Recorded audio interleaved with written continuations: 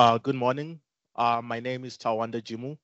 I am currently working on the Accelerate front-end rewrite project at QShaw. So when we were to submit our talks, one of my colleagues asked me, Tawanda, what's up with the H? And the beauty of the word H is it expresses a whole range of emotions. It could be, H, Tawanda, you look good today. Or H, hey, Chief, what's wrong? So it expresses a whole range of emotions. And this is quite important about test-driven development because test-driven development is a very divisive topic in the developer community. The battle lines are drawn and they're very clear. It's either you're against it or you are for it. The people who are for it believe that test-driven development leads to better, cleaner, more maintainable code. And people who are firmly against it believe that test-driven development is not realistic. We do not have the time to write tests. At the end of the day, we need to deliver working solutions and not tests to business. At the end of the day, we work in a fast-paced environment, so we do not have time for tests. However, today I'm not here to talk about the debates. I'm here to talk about how we can use test-driven development as a design technique. How can we use test-driven development to build quality code? How can we use test-driven development to develop talents? How can we be better developers? And I have to say in the beginning, test-driven development is not the same as unit testing. Test-driven development is about using tests to guide our design of the code. So I'm going to show this diagram. I think we have all seen it in our university textbooks or online blogs.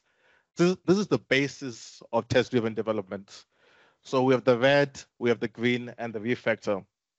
So with the red, the first thing that we do is we write a test, a very simple test. And with test-driven development, we do incremental increases. So we write a test for a new feature or a new function. Because we haven't implemented this, it's obviously going to fail. But now we have a clear direction of how we should implement the function or the feature. Then we go to the next phase, which is the green phase. In the green phase, we do a simple implementation so that the test passes. It should just be so simple that it passes.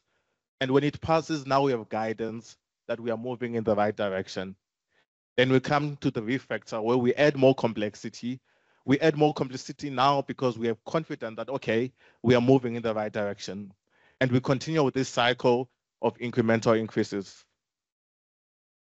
There's a guy by the name of Dave Farley. He's a very big advocate for using test-driven development as a design technique. And in his book, Managing Modern Software Engineering, he mentions 5 qualities of code that help manage complexity. It must be modular, it must be cohesive, there must be separation of concerns, there must be abstraction, and it must be loosely coupled. I think you can see that we have aspects of solid principles or Lagner principles in these 5 qualities. And I'm going to use these 5 qualities to demonstrate how we can use test-driven development to design better quality code. So the example I'm going to use is about anagrams. So what's an anagram? An anagram is when you can swap characters in a letter and phrase and create a new word or phrase. So like mug and gum, that's an anagram. Listen, and silent is an anagram. So I'm going to demonstrate a small program in Python that we can use to test this. Okay. So here I have a working solution. I have 2 functions. It's a very normal code. There's nothing weird about it. It works perfectly, but it's going to be difficult to test. And that's where it comes, the test-driven development. It's not really modular, cohesive. There's no separation of concerns. We are loading the words. We are printing. We're doing anything in the same function. So how can we use test-driven development to write a better implementation more than this? So in this example, I'm going to separate our concerns in this anagram program. So if you look in the beginning, we first load characters. We first load the list of words, line number 6. Then next we do the anagram solution, and the third we print. So I'm going to separate this into 3 separation of concerns, right?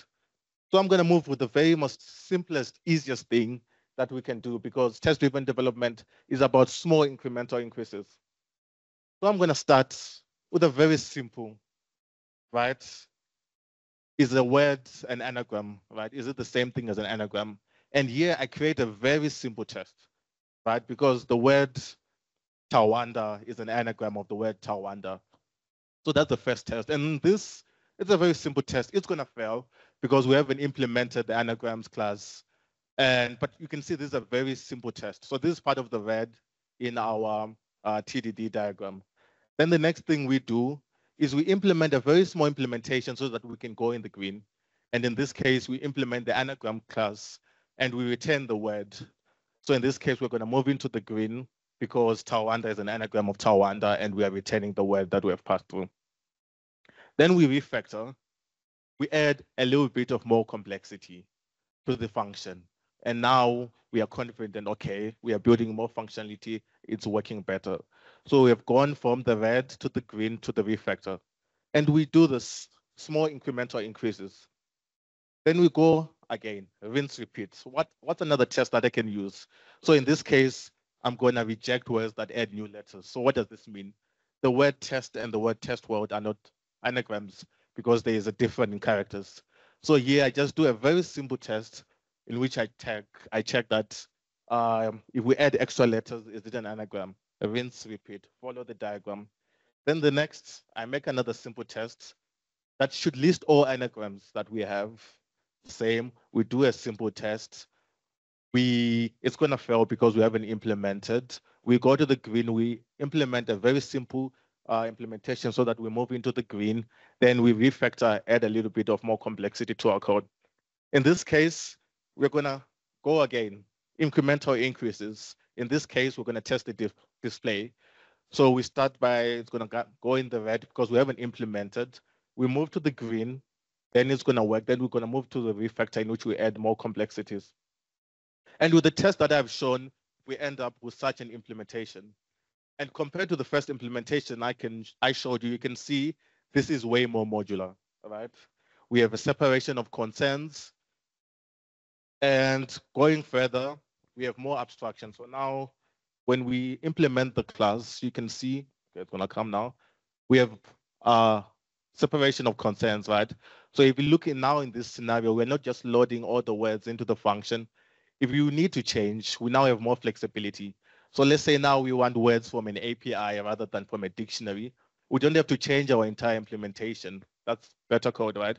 Solid principles, Lagna principles. Now we can load our code here. If you want to change the printing, let's say now we don't want to print on the console, we want to show it on a website or something, we can just changing the display function.